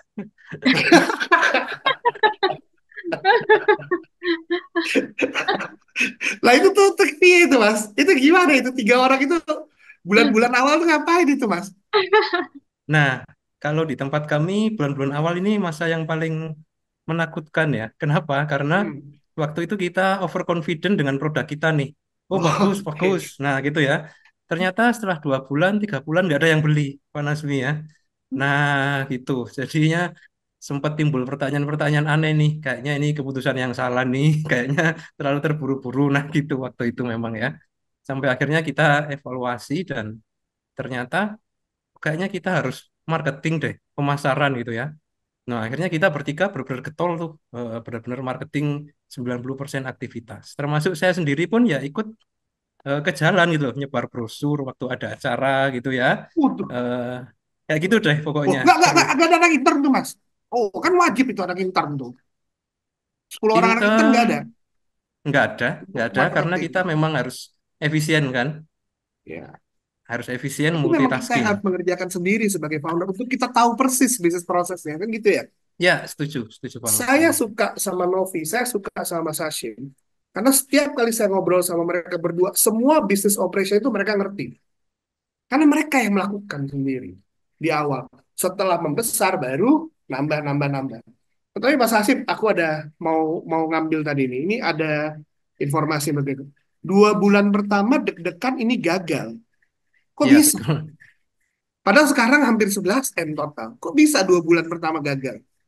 Kenapa itu? Waktu itu kita beranggapan ya bahwa kayaknya kalau kita punya tempat terus pasang pelang gitu ya, orang akan datang ngantri, kita duduk manis melayani. Ternyata Oh, enggak gitu ya. nggak ada Publik pemasaran itu gitu ya? iya betul. Kan kalau kita melihat itu ya kayak dokter spesialis kan seperti itu ya. Ada tempat, Iya, pasang iya. pelang, duduk manis, pasien ngantri. Ternyata kita nah nggak seperti itu sehingga ya kita memang harus benar-benar tahu ya strategi mengedukasi pasar. Strategi membuat orang tertarik dan merasa butuh. Nah, itu Oke. kan marketing tuh. Di kuliah Ya, kesehatan nggak ada gitu loh. Jadi memang Betul. kita di awal nggak lakukan. ya, ya, ya, ya. Itu nanti ada poin kelima. Saya bahas pemasaran, go to marketnya. Ya, itu betul tuh Mas ya. Hmm. Bahwa juga terkadang begitu. Kita sibuk mikirin konsep, administrasi, pemasarannya lupa. Padahal yang paling penting tuh pemasaran dulu aja kan gitu ya. Yes, Itu betul. dapetin satu klien. Oke, good. Nah, sekarang kita sambil nunggu nih kalau misalnya ada pertanyaan langsung nih. Kalau nggak apa-apa saya habisin semua pertanyaan. Kalau saya mah senang bertanya soalnya. Oke, nanti teman-teman, rekan-rekan semua kalau ada pertanyaan langsung tulis di chat ya. Jadi kita tadi bisa ngomong ide dan peluang. Ide dan peluangnya itu Mbak Novi dan Mas Hasim ini mengerjakan suatu hal yang mereka passionate. Industrinya, industri mereka, dan mereka adalah pelakunya. Jadi banyak nih orang bikin startup, tapi bukan dia pelakunya. Saya mau bikin startup terkait dengan, let's say, saya mau bikin startup terkait dengan motor listrik. Tapi saya nggak bisa bikin motor listrik gitu. Dan saya nggak punya rekanan yang bisa bikin motor listrik. Gitu. Akhirnya kita keburu gaji orang, habisin investasi, uang untuk orang bikin motor listriknya. Karena kita nggak bisa sebagai penghasil nilainya. Jadi ide dan peluang itu sebisa mungkin buatlah itu bisnis yang memang sesuai dengan kompetensi kita. Jadi kita bisa kerjain sendiri. Terbukti dari eksekusi yang tadi dijelaskan, founder-founder ini yang mengeksekusi pertama kali. Tanpa perlu intern-intern, bla bla bla bla banyak-banyak. Mereka yang menghasilkan value utamanya itu dari founder itu. Nah, sekarang pertanyaan selanjutnya, pemodalan. Kok senyumnya pada manis-manis nih ngomong modal. Jangan nanti di sini Mas Hasim, oh saya mau modal 1T Mas. Asik. Nah, saya ke Mas Hasim. Mas Hasim, awal-awal mula modal itu piye Mas? Awal mula Mas, 2 bulan, 3 bulan pertama itu gimana Mas? Para Awal co-founder, mula co-founder. modal pastinya ya harus ngerogoh kocek sih ya, lewat tabungan yang memang sudah dikumpulkan dari karir sebagai karyawan. Nah, gitu ya. Kebetulan kan di zaman-zaman itu nggak seperti sekarang ya, bursa funding, pendanaan itu nggak semeriah sekarang. Jadi cukup sulit kita untuk meraih permodalan. Kemudian saya juga nggak pede waktu itu untuk pinjam ke bank gitu ya. Jadi sudah kita modal semangat, yakin gitu ya, dengan dana dari saya selaku founder dan ada satu orang co-founder. Kita nggak perlu nyebut nominal Mas, cuman saya pengen tahu. Terus berarti selama 2 bulan, 3 bulan awal nggak ada penghasilan itu gimana sebagai founder? Ya hidup dari tabungan berarti ya? Yes, yes, betul sekali. Jadi dari ya uang yang sudah kita simpan lah selama baru lulus kuliah itu kan saya tahun 2010 ya. Jadi sekitar 3 tahun ya bekerja. Nah, itu yang kita jadikan bahan bakar. Oke, setidaknya bisa hidup dulu wes gitulah ya. Yes, betul. Tapi lama-lama Hmm. juga terancam punah kan kalau nggak ada pemasukan. Tapi akhirnya ada pemasukan gitu ya Mas ya, dan dari situ baru mulai bisa berkembang gitu kan? Yes, betul. Karena waktu itu akhirnya di sisa dana yang kita punya, Pak Nasmi, itu kita pakai untuk kursus digital marketing dan sosial media memang. Hmm. Nah, baru Oke, deh dari situ oke. terbuka ya. Kita sebagai orang kesehatan harus bisa jualan. Nah, itu nggak mudah banget, tapi ya memang harus dilakukan. Oke, oke, oke. Mas Hasim, ini boleh spill sedikit nggak buat teman-teman di sini? Buka-bukaan dikit ya. Oke, oke, Ini no problem. podcast BDI Jujur soalnya. Hashtag BDI Jujur. Mas, butuh berapa lama Mas sampai dengan Mas Hasim punya penghasilan di atas 10 juta dari bisnis ini? Di atas 10 juta. Hmm. Sekitar bulan ke 18, 19 bulan Dua dari tahun, launching. Ya, dua ya tahun. betul. Tuh Hampir. teman-teman dengar tuh. Perjuangan. Gak gas, instan semuanya langsung. Gua dalam waktu berapa. Semua tuh butuh proses, butuh kesabaran. Ya, jadi ini loh kenapa saya sangat appreciate. Tapi ya itu tadi kan saya nanya, saya cuma berani nanyanya di atas 10 juta berapa bulan. Kalau saya nanya di atas 3 digit nanti dia nggak mau jawab. Tapi setidaknya memang butuh proses. 2 tahun tuh masih baru sampai ya.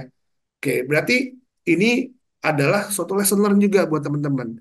Kadang-kadang kita mendengar cerita-cerita fantastis. 3 bulan langsung miliaran, 3 bulan nggak semua bisa seperti itu. Ya, jadi pasti ada beberapa yang kadang-kadang justru yang pelan seperti ini, tapi fondasinya kuat itu yang terus meningkat. Yang awalnya kesannya heboh, itu malah justru lama-lama mereka turun gitu. Makanya tadi saya lihat tuh Mas Hashim itu dia bagus tuh. Setiap tahun dilihat tuh revenue naik terus. Oke, thank you Mas Hashim. Sebentar sebelum saya ke Novi terkait dengan pemodalan awal, ini ada pertanyaan langsung di sini dari Eta ya.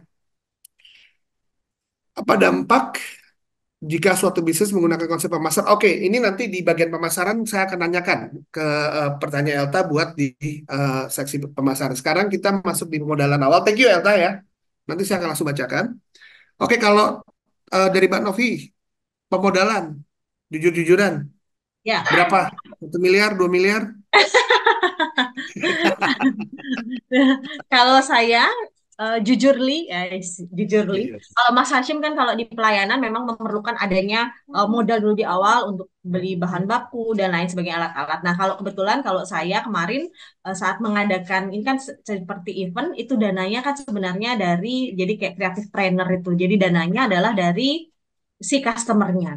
Nah, di pertama membuat kegiatan Pak Pok. Jadi seberapa yang masuk segitu yang keluar. Akhirnya di kegiatan kedua, waduh, mulai pusing karena ternyata memang tidak sesuai dengan target yang ikut tidak sesuai dengan target yang diharapkan. Sedangkan kami harus tetap mengeluarkan adanya pengeluaran. Di sanalah kami mengeluarkan modal di masing-masing orang. Tidak banyak tapi cukup banyak ya, sedang-sedang saja gitu ya. Tapi syukurnya eh, hal itu bisa akhirnya kembali saya rasa setelah 5 rasanya, setelah 5 kali mengadakan event baru kembalilah uang yang kami keluarkan tersebut seperti itu.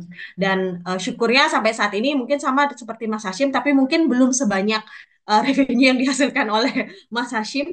Tapi setidaknya dari bisnis kami, dari modal kami di Jik Educare ini, kami sudah bisa mengembangkan menjadikan sebuah bisnis baru yang berbeda dengan Jik Educare. Jadi sudah ada hasil tampak nyatanya. Jadi kebetulan kami sama-sama founder memiliki visi yang sama juga di bidang anak. Jadi kami membuat usaha di bidang anak menggunakan yang memang modal awal yang kami taruh di Jik Educare yang sudah berkembang-berkembang. Jadi kami oper seperti itu. Jadi dari satu bisnis, modalnya di bisnis ini bisa kami oper ke bisnis lainnya, nanti dioper-oper seperti itu sehingga makin banyak harapannya bisnis yang bisa dibuat tanpa mengeluarkan modal lagi. Mungkin seperti itu Mas Wah, Nasmi. luar biasa. Kalau diucapin ada playground, ada jualan baby, jualan Asimah. asimam, itu gede-gede semua itu omsetnya dia. Ada asimam tuh, ada omset berapa ratus ya udah. Kalau udah ngomongin gede, tapi lihat pelan-pelan kan itu semua kan, Ya betul, fondasi. semua Oh, berproses. ini loh pelajaran. This is the critical lesson gitu yang seringkali anak-anak muda itu miss.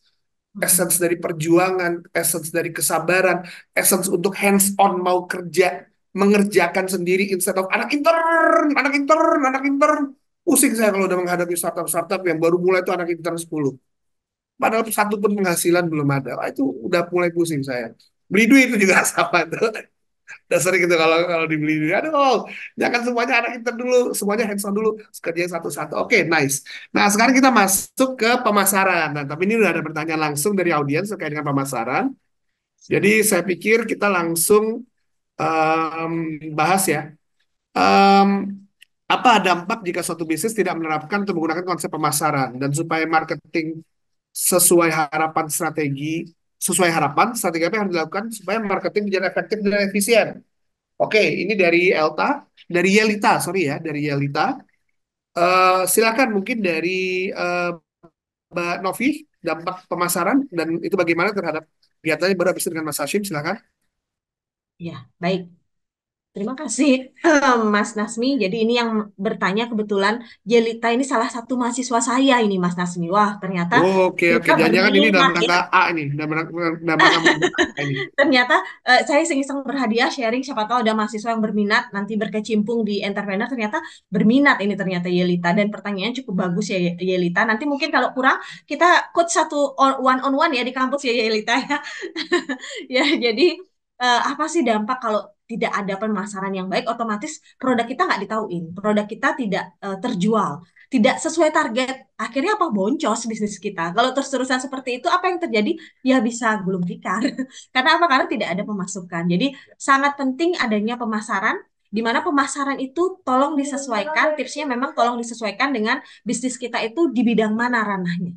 Lalu setelah itu lihat target marketnya di mana. Kalau target marketnya anak muda, lalu marketingnya memang bukan mengarah ke anak muda, ya nggak masuk, tidak nangkep marketingnya untuk hal itu. Sama halnya seperti di Jik Educare, itu memang marketnya adalah dia bidan. Jadi tenaga kesehatan memang khususnya bidan. Awalnya kami tenaga kesehatan yang meluas sekali, akhirnya apa kesulitan di kami? Kesulitannya adalah kami membuat produknya tidak mengkhusus, jadi terlalu lebar, malah tidak tercapai targetnya. Akhirnya mengkhususlah kami ke bidan. Pemasarannya kemana? Ke bidan. Bidannya kemana? Kebetulan karena saya lagi-lagi seperti yang disampaikan oleh Mas Nasmi, itu nilai plusnya jika memang foundernya adalah memang langsung berkecimpung di bidang yang menjadi marketnya. Jadi kebetulan saya pribadi sudah memiliki link-link yang sudah tergabung di grup-grup yang satu grup itu bisa sampai 200-an. Jadi itu tinggal sharing aja, share info lewat sana, itu sudah pemasarannya yang gratis ya. Selain itu banyak strategi marketing yang bisa dilakukan. Jadi yang paling penting memang pemasarannya disesuaikan dengan bisnisnya apa dan marketnya. Jadi harus tepat sasaran pemasaran. Seperti itu mungkin Mas Nasmi. Oke, mungkin langsung sedikit nyambung biar nanti langsung ada pertanyaan. Ini ada Iya. Putu Iren juga, Pradevi. Eh, apa namanya pemasaran online saat ini berperan besar? Apakah menggunakan online waktu itu pemasarannya? Oh, kalau Jik online ya, Ya, online, waktu online. itu ya pure. Masih, ya, memang Berarti masih full strateginya online. ads, Make ads. strateginya ads juga waktu itu. Ya, Pakai betul. ads ya. Ya, Berarti pakai. keluar modal kan untuk di ads itu kan? Betul, keluar modal. Modalnya diambil dari mana? Harus Dari keluar modal kan? ya, betul. Oke, oke, oke. Karena ini juga nih, Mbak, seringkali juga startup-startup baru mulai ide modalnya nol sekali, bahkan sampai dengan mobile ads yang cuma 100.000 gitu, misalnya 500.000 per bulannya nggak mau ngeluarin gitu. Tapi kalau nongkrong di Starbucks, ya kan, Mau. atau nongkrong di mana itu mau gitu loh. Nah itu juga sedih itu kadang-kadang kita kalau misalnya membina teman-teman yang ingin maju, tapi mindsetnya itu masih mindset lifestyle, organisasi kemahasiswaan, masih fokusnya ke hal-hal yang sifatnya malam mingguan. Padahal masa ads 500.000 malah tidak jalan. Oke, thank you, Mbak Novi. Sekarang kita ke Mas Ahmad. Mas Hashim, tapi Mas Hashim udah spill dikit. Dua bulan awal tuh sempat galau nih bisnis akan jalan atau enggak. Akhirnya ke pemasaran. Nah Mas Hashim, Yes. spill sedikit dong. Pemasaran ini agak unik. Gimana waktu itu awalnya pemasaran itu? Nyari customer-customer awal itu via apa Mas? Silakan Mas. Oke ya, kalau awal waktu itu kita benar-benar mengidentifikasi ya segmen orang yang akan pakai jasa kita itu orang yang kayak gimana sih? Nah, gitu kan. Jadi kita profiling ya. Oh, ternyata orang satu diabetes, dua yang ada lukanya gitu kan. Tiga yang sulit nih kalau mau dibawa-bawa periksa kemana-mana gitu kan. Nah, di mana ya orang-orang ini? Nah, itu kita cari, baru kita samperin deh. Oh, ternyata kebanyakan di rumah sakit. Nah, berarti kita berjejaring ya dengan dokter, dengan perawat yang ada di rumah sakit, yang sering pusing lah ketemu pasien-pasien diabetes dengan lukanya yang seperti itu. Nah, itu kita perkenalkan, terus sekalian kita tawarin ya rewardnya. Nah, gitu ya. Jadi kita benar-benar roadshow waktu itu Pak Nasmi ya, sampai saya ingat itu kita ya keliling ke tempat praktek dokter ya, kayak sales obat gitu, untuk menemui mereka, memperkenalkan produk kita. Nah, itu yang awal kita lakukan. Nah, selain itu, kita combine juga memang dengan media sosial. Kebetulan waktu itu di tahun 2014-15-an kan Facebook ya yang masih jaya-jayanya. Nah, itu yang kita benar-benar optimalkan ya. Dan kita waktu itu belum marak ads sih, sehingga kita benar-benar eh, main di optimasi kontennya supaya lebih cepat menyebar dan dilihat oleh banyak orang. Nah ini ada poin juga nih yang saya ingin ungkap nih dari Mas Hashim ya dengan bahasa sedikit lain ya. Saya senang banget nih. Pertama adalah identifikasi konsumen yang menjadi target utama. Nah, dari situ kita tahu mereka itu berada di mana. Itu namanya watering hole ya istilahnya ya. Itu ada istilah tertentu dalam marketing. Kita tahu mereka berada di mana gitu. Berada di mana ini tuh kita harus benar tahu nih kalau ibaratnya tadi Mas Hashim tuh oh dia ini ada di perawa apa di di rumah sakit ya Mas ya. Ya, di rumah sakit, di tempat praktek dokter, nah itulah Di pasien-pasien atau tempat customer kita. dokter dan nah Mas Hashim kemudian ke sana dan mereka kerja sama dengan rumah sakit tersebut dan ininya atau gimana Ya, lebih ke personal sih Pak Nasmi ya. Jadi awal-awalnya eh, Mas. ya teman-teman Oh perawat, personal ya salah satu. ya Artinya masuk ke dokter, door to door. Nah ya door to door. oke. Nah konsep door to door ini ya rekan-rekan semua di sini itu juga harus dilakukan kalau memang tidak dilakukan secara offline seperti Mas Hashim itu perlu tetap dilakukan secara online. Saya itu juga seringkali memberikan nasihat utama, janganlah otomasi, otomasi, otomasi. Semua tuh pengennya nggak perlu ketemu konsumen, pokoknya gue pasang IG, gue pasang ads, gue tambahin, duduk diam, yang penting ada ciling ciling ciling ciling ciling masuk uang gitu. Itu nggak seperti itu gitu. Terkadang kalau masih di awal branding kita belum kuat, produk kita belum kuat, layanan kita belum kuat, followers kita masih sedikit, door to door itu namanya DM, direct message. Cari konsumennya, profil konsumen satu-satu, follow mereka, DM mereka. Sehari 50.000, satu bulan tuh udah 100, udah 3.500. Dan saat kita nge-DM, kita bisa baca profil konsumen, kita bisa ngeliat nih konsumen kita bukan. Artinya kita yang bertindak sebagai ads. Kayak gini tuh Mas Hashim, Mbak Novi ya. Susah anak muda zaman sekarang. Oh gini-gini Mbak Novi. Ya betul ya. Susah maunya itu otomatis semuanya. Maunya bikin konten blast ads diem. Kok nggak masuk ya? Kok nggak ada ya? Kok nggak ini ya? Nanti begitu ada mulai jawaban, anak intern yang jawab. Jangan founder, founder mah manage aja duduk di belakang, manage. Intern kita bikin sistem otomasi. Nah itu tinggalkanlah. Di awal-awal founder tuh harus kuat dieksekusi, harus kuat kedekatannya dengan konsumen. Kita yang harus memegang konsumen. Ini Mas Hashim, Mas Banovi Ya, betul. membuktikan bahwa mereka yang turun sana sendiri, mengurus konsumennya sendiri. Setelah paham betul, tahu betul, itu baru tinggal delegasi. Gitu. Kalau sampai dengan anak intern yang bisa ngerjain itu, mending anak intern yang jadi founder kan gitu ya. Ya, betul sekali, Mas. Nah kalau foundernya nggak bisa melakukan itu, tapi anak intern yang bisa melakukan itu, ya anak internnya aja jadi founder kan gitu ya. Berarti Betul. kan itu kan itu kehebatan founder kan di situ, membawa ide ke pasar, mengetahui konsumen itu kehebatan founder, itu nilainya founder. Kalau founder nggak bisa kayak gitu ya anak intern yang kita angkat jadi founder gitu. Oke, good. Ini saya suka pakai bahasa nyepet ya.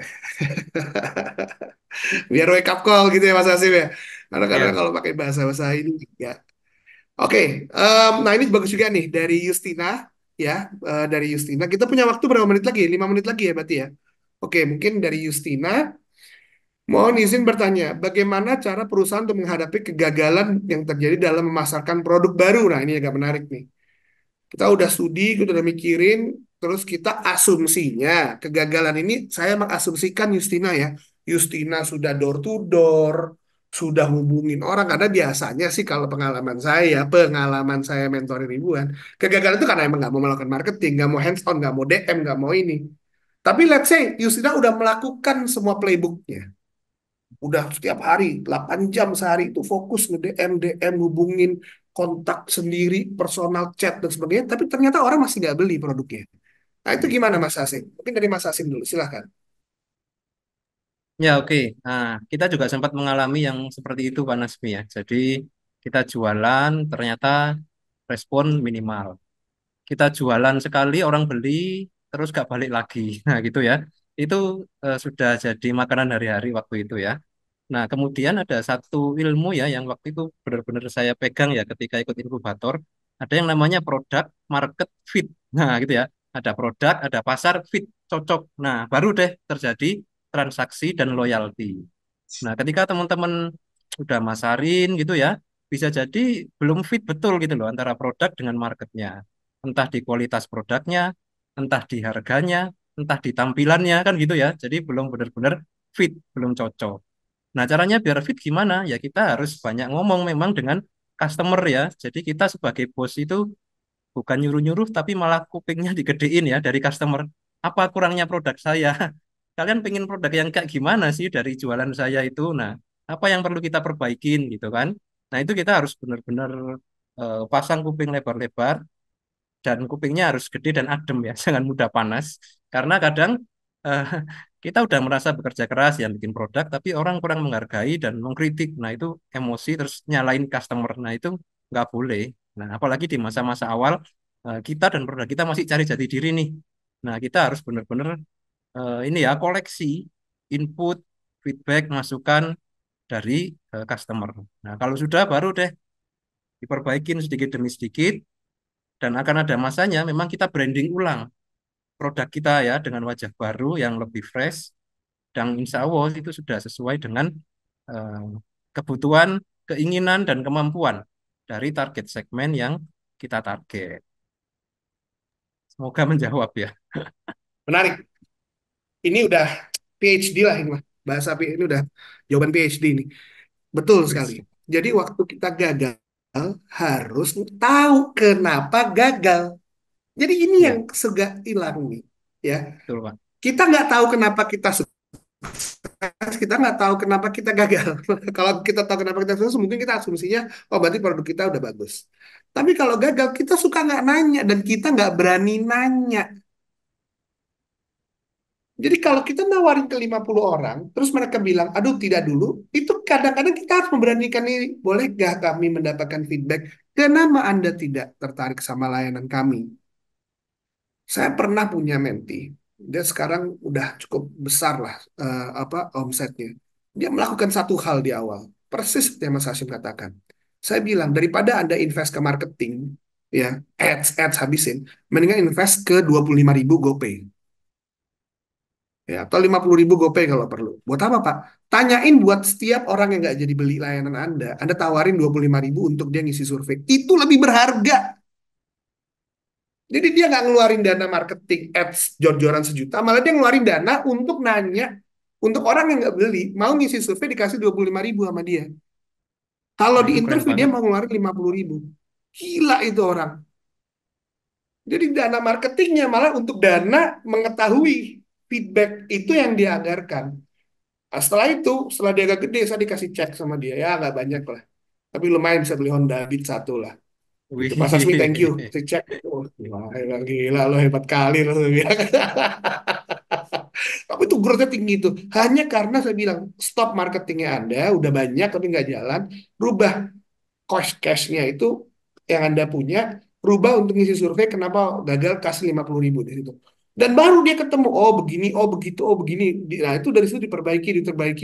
Dan yang menarik saat kita melakukan perbaikan, kita tawarkan kembali ke orang yang tadi bilang nggak jadi beli.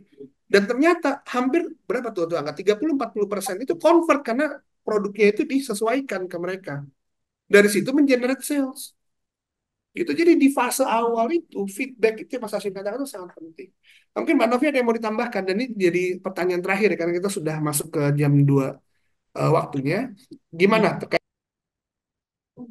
Baik, terima kasih Mas Nasmi. Jadi saya tambahkan sedikit ya. Jadi hampir sama dengan Mas Hashim tadi, memang permasalahan itu ya, itu kegagalan memang pasti kita akan menemukan. Tapi ketika kita lebih baik kita gagal tapi kita mencoba dibandingkan kita tidak gagal tapi kita tidak mencoba. Jadi saya lebih baik saya gagal tapi saya dapat mencoba dibandingkan saya tidak pernah gagal tapi saya tidak mencoba karena saya tidak tahu di mana kurangnya, apa yang bisa saya perbaiki, apa yang bisa saya tambahkan. Jadi kalau tadi Mas Hashim memang produknya yang sudah ada, bagaimana sekarang membuat itu bisa terjual. Nah, kalau kebetulan kalau di Jik Educare produknya adalah berupa jasa layanan penjualan kelas online dan juga ada seminar maupun pelatihan secara online seperti itu. Jadi masih ada beberapa hal yang bisa kami modif di produknya. Tentu yang pertama jelas, ini kenapa? Memang harus dicari dulu. Ini ketika memang tidak terjual, ini masalahnya ada di mana? Itu kami, ya seperti kata tadi Mas Nasmi, kami tanyakan ke marketnya. Kebetulan memang, jadi apapun sebelum produk pun sebelum kami lempar, awalnya memang kami tidak ada menanyakan ke market, tapi akhirnya tidak kemakan sama market. Nah, ketika itu terjadi, akhirnya kami membuat, saya melemparnya adalah ke rekan-rekan saya. Kira-kira kalau saya mau jual kelas ini, kamu mau beli nggak? Itu yang saya tanyakan ke rekan-rekan saya. Karena kebetulan memang saya di lingkungan itu syukurnya memang karena saya selaku praktisi juga, jadi lebih gampang saya menanyakan ke marketnya. Secara jujur, mau nggak beli? Nggak mau. Kenapa? Harganya kah? Apanya atau judulnya kan kurang menarik atau pembicaranya ya seperti itu kalau yang di kami. Jadi memang harus wajib menanyakan ke market. Bahkan kegagalan untuk Dijik Educare itu bisa terjadi sebelum terjual ke market.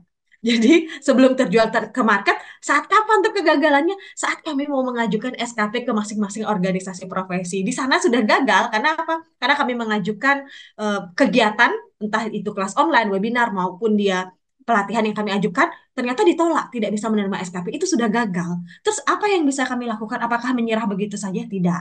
Kami modif di proposal, kami coba ajukan di organisasi profesi yang sama. Andai kata di lingkungan regional memang tidak diterima, oke, kami coba bawa ke organisasi profesi di nasional. Dengan apa? Dimodif.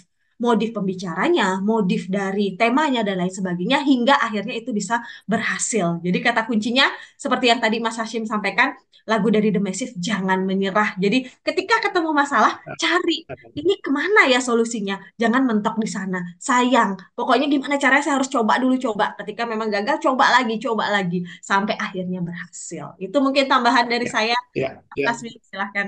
Ya, kalau betul ini ada satu keyword juga kita ambil ya, validasi ya. Jadi mungkin sebelum kita untuk dalam rangka menurunkan kegagalan produk itu, salah satu step pertama adalah melakukan validasi dulu gitu ya. Jadi jangan langsung dijual, tapi lakukan validasi terlebih dahulu gitu. Bisa dicek ke customer dan kalau ide yang kita punya emang sesuai dengan profesi kita, passion kita, itu kita akan ada satu keunggulan namanya access to market. Kita punya akses ke pasar. Jadi kayak Banovi lebih mudah karena dia sudah punya akses ke pasarnya. Kalau Mas Hashim dia mungkin masih harus door to door walaupun udah tahu lah pasarnya karena juga masih satu lingkup keprofesian. Nah, kalau contoh menti saya dia nggak ada hubungannya sama pasarnya sama sekali. Jadi dia nggak punya akses, nggak punya apa, wis harus mulai jualan. Jadi dia agak berat itu. Dan saya pikir tantangannya kalau dilihat tuh variasi banget ya, variasi sekali ya. Dan itu harus disesuaikan mulai dari ide, eksekusi, pemodalan awal, pemasaran, sebenarnya nanti lanjut tim, scaling. Nah itu semua adalah kita akan bahas saat di inkubator. Betul. Ini proses saya berbincang-bincang seperti ini, nada keras seperti ini yang akhirnya banyak menti sebel sama saya. Ini fungsinya. Check and recheck agar supaya teman-teman itu betul sekali jalan prosesnya. Nggak kemana kemari. Tapi kami ini hanya bisa membantu, mendorong. Eksekusinya di tangan input, di tangan teman-teman sekalian. Dan kalau teman-teman ini sesabar, segigih, sehebat dari Mbak Novi dan Mas Hasim, insya Allah bisa semuanya. Gitu. Tapi kalau sudah mulai majunya dengan semangat ingin jadi bos, nggak mau kerja hands on, nggak mau peritilan-peritilan dikit galau, tiba-tiba profile picture-nya jadi hitam, kan gitu ya, zaman sekarang ya. Terus di IG story tiba-tiba penuh dengan galau-galau gitu. Bingung saya gitu, waduh, Iya. Itu tantangan yang dulu nggak ada kayaknya Pak Nasmi. gimana ini mau bilang bikin startup gede. Oke, baik, thank you banget ya di di dalam InnoDev Talks hashtag jujur ya, hashtag jujur. Jujur. Ini semoga ini bermanfaat ya buat kita semua. Ya tadi mungkin sebelum kita masuk ke closing remark, mungkin Mas Mahen akan menyampaikan sekilas nih terkait dengan program BDI dan pasar itu seperti apa, dan baru habis itu kita akan memberi closing remark masing-masing nanti 1 menit saja ya dari Mas Hashim sama dari Mbak Novi. Untuk mengakhiri, saya cukup senang ada beberapa pertanyaan dari audiens yang artinya partisipasi tinggi. Eh, Oke, silakan Mas Mahen mungkin bisa disampaikan. Thank you ya Mbak Novi, thank you ya Mas Hashim ya atas Sama-sama sesi Mas Hashim. pemaparan Q&A-nya ya. Ya, Masih sama-sama. tunggu dulu di sini sampai dengan closing remark. Oke, saya balikan ke Mas. Oke, Mas Asmi, thank you. Saya share screen di sini. Udah muncul Siap, sudah. para peserta? Sudah, Wah, Mas, jadi sudah. tadi kita banyak dapat quote-quote dewa lah ini Mas ya. Quote-quote dewa yang, wah kalau kita gabung ke inkubator itu, kita pasti dapatlah hal-hal seperti ini itu. Kita ketemu dengan mentor, dengan coach, dan pastinya arah bisnis kita itu lebih terarah. Ya, ya Mas Nasmi ya. Nah, jadi saya dari BD Denpasar, inkubator bisnis, mengajak para teman-teman di sini yang memiliki ide bisnis atau sudah memiliki ide bisnis di bidang startup digital, khususnya di topik kesehatan dan wellness, untuk mengikuti kegiatan InnoDev. Jadi di sini InnoDev sendiri kita memanggil seluruh lokal-lokal startup di Indonesia yang nantinya akan kita bantu untuk mewujudkan cita-cita dan mimpinya.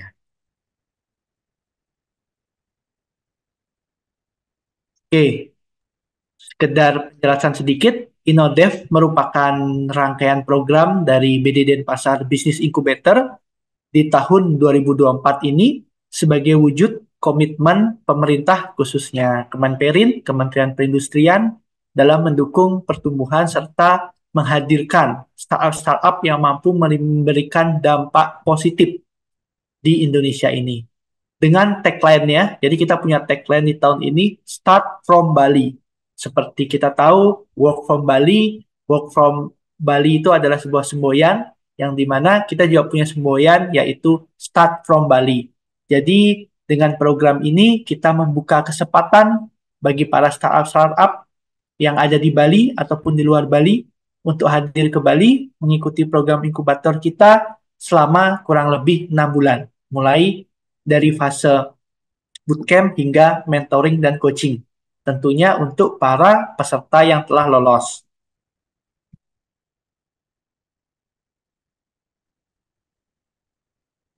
Nah, seperti yang kita tahu sendiri bahwa keuntungan masuk inkubator bisnis adalah kita dibantu mulai dari fasilitas tempat, mentoring, hingga penunjang-penunjang lainnya. Seperti kita ketahui, di BD Denpasar, kita akan mendapat fasilitas yaitu kubikel kerja untuk satu tim startup. Jadi di tahun ini untuk klaster digital akan membuka rekrutmen untuk 9 tim startup dari berbagai macam kategori. Selanjutnya kita juga memiliki ruang mentoring yang sangat kece dan kita punya ruang inovasi sebagai tempat brainstorm di para mentor. Kita punya beberapa pojok santai dan pojok untuk uh, menghasilkan ide-ide cemerlang di sini. Jadi untuk klaster digital sendiri itu tahun ini inkubator bisnis PD Denpasar membuka kuota sebanyak 9 tenan untuk mendapatkan fasilitas dan alat kerja Bali. Nah, untuk sosialisasinya, para peserta di sini bisa kita lihat, kita akan melakukan sosialisasi mulai bulan Maret sampai April. Seperti acara hari ini, kita tujuannya adalah untuk melakukan sosialisasi dan merangsang minat-minat para startup-startup untuk bergabung kepada program ini. Selanjutnya, di bulan Maret dan April kita akan mengadakan kegiatan seminar, webinar, dan juga talent scouting. Selanjutnya, di bulan Mei kita akan melakukan seleksi dan jurian. Dari seleksi dan penjualan ini, kita akan mencari 9 startup yang nantinya akan kita undang untuk mengikuti program inkubator bisnis di Denpasar, Bali. Setelah 9 startup itu lolos, 9 startup itu komitmen dan menandatangani kontrak, kita akan mengikuti kegiatan bootcamp dan inkubasi mulai bulan Juni dan Oktober. Bootcamp sendiri diselenggarakan selama 2 minggu secara intensif, yaitu di sana kita akan mendiagnosa ide, mematangkan ide, dan juga menajamkan dan validasi ide. Selanjutnya, setelah bootcamp intensif ini, para peserta akan diinkubasi 101 di BD Denpasar, inkubator bisnis, selama 16 minggu. Jadi total program bootcamp dan inkubasi adalah 18 minggu. Nah, jadi kesempatan ini sangat sangat baik ya bagi para teman-teman di sini yang ingin memulai startup ataupun sudah punya startup dan ingin mengakselerasi startupnya. Jadi sedikit pertanyaan, kalian siap untuk mengikuti program inkubasi di Bali? Kalau siap, boleh komen di chat. Oke, sekian dari saya. Selanjutnya, bisa masuk ke closing statement. Ya, silakan mungkin dari Mas Hashim dulu ya. Mas Hashim, silakan closing statement-nya, Mas. Oke, pesan dari saya untuk teman-teman semua adalah untuk teman-teman para pemilik startup dan usaha rintisan, start small tapi dengan big dream. Oke, dan berakselerasilah mencapai big dreammu bersama para inkubator dan akselerator untuk memudahkan jalan kita dan mempercepat langkah kita serta meningkatkan kualitas dari aksi kita. Ingat ya, start small, big dream. Terima kasih. Oke, Terima dari kasih. Selanjutnya berarti Mbak Novi ya, Mas Maya. Ya, baik. Silakan. Ya, terima kasih. Tadi Ini sudah kelihatan tadi ya, ke-spill sedikit. Kalau tadi Mas Hashim sudah memberikan, jadi saya ambil dari Eyang Bob Sadino ini. Katanya bisnis yang bagus adalah yang dikerjakan, bukan yang ditanyakan terus katanya ya. Jadi action, wajib action, bukan hanya dipikirkan. Satu lagi, setinggi apapun pangkat yang dimiliki, Anda tetap seorang pegawai. Sekecil apapun usaha yang Anda punya, Anda adalah bosnya. Oke, sekian dari saya. Terima kasih. Waktu dan tempat saya kembalikan kepada Mahen. Silahkan. Oke, thank you kepada para peserta, Mas Nasmi. Ini kayaknya kita kalau bikin konsep podcast lebih seru deh, Mas. Wah, Kita seru sekali.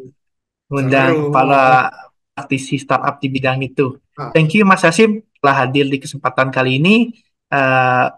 Insight-nya saya sangat terpukau dengan gimana ide dari Mas Hasim sendiri mengembangkan Discare dan juga Mbak Nopi di Jack Educare-nya. Nah, kita sudah mencapai penghujung acara. Para peserta boleh aktifin kamera, kita sesi foto bersama sebentar. Nah, untuk yang punya pertanyaan, boleh silakan di komentar, ataupun masih punya ide tapi kira-kira bingung idenya tuh berjalan apa enggak? Bisa kita lanjut di WA ya, Mas Nasmi ya. Jadi kita bisa lanjut dari WA. di WA nanti. Yang seandainya yang ketinggalan sesi ini juga nanti saya akan nge-share rekamannya. Baik, tim admin boleh dibantu. Kita foto bersama dulu. Oke, 1, 2, 3. Oke, 1, 2, 3. Admin udah? Mas Sidik? Oke, ada beli duit nih. Beli duit ada closing statement nggak nih beli duit? Ada Pak Dwi nih. Boleh untuk Udah. program inkubasi kita. Ya, Oke. mudah-mudahan ada yang daftar ya. Ada yang Oke. tertarik untuk mencoba untuk merintis usaha. Oke, mantap. Jadi untuk para teman-teman di sini, silakan kita bisa lanjut lagi di WA jika masih ada yang sekiranya belum jelas. Oke, akhir kata, terima kasih banyak. Kembali lagi kepada Bapak Kepala BD Denpasar, Pak Arga Mahendra, Bapak Ketua Inkubator Bisnis, Pak Made Dwi, Mas Nasmi, selaku mentor dan coach di Inbis Cluster Digital, dan Mas Hashim dari Pediscare, pembicara di kesempatan kali ini, dan Mbak Novi Eka Jayanti sebagai Sama-sama. alumni Inbis angkatan ke-8. Jadi akhir kata, mohon maaf jika ada kurang kata atau salah kata. Saya Putu Mahendra selaku fasilitator dari Inkubator Bisnis mengucapkan selamat tinggal dan sampai jumpa di kesempatan yang baik nanti. Wassalamualaikum warahmatullahi wabarakatuh. Om Santi Santi Santi Om. Salam sejahtera, sukses, rahayu untuk kita semua. Oke. Beri pelosnya. Terima kasih. Oke. Terima Sukses kasih. selalu. Terima kasih. Izin Sukses. live ya. Ya, untuk serta yang ingin mendapatkan slide bisa kita lanjut di grup. Ya, terima kasih kepada para peserta. Sehat selalu dan sampai jumpa.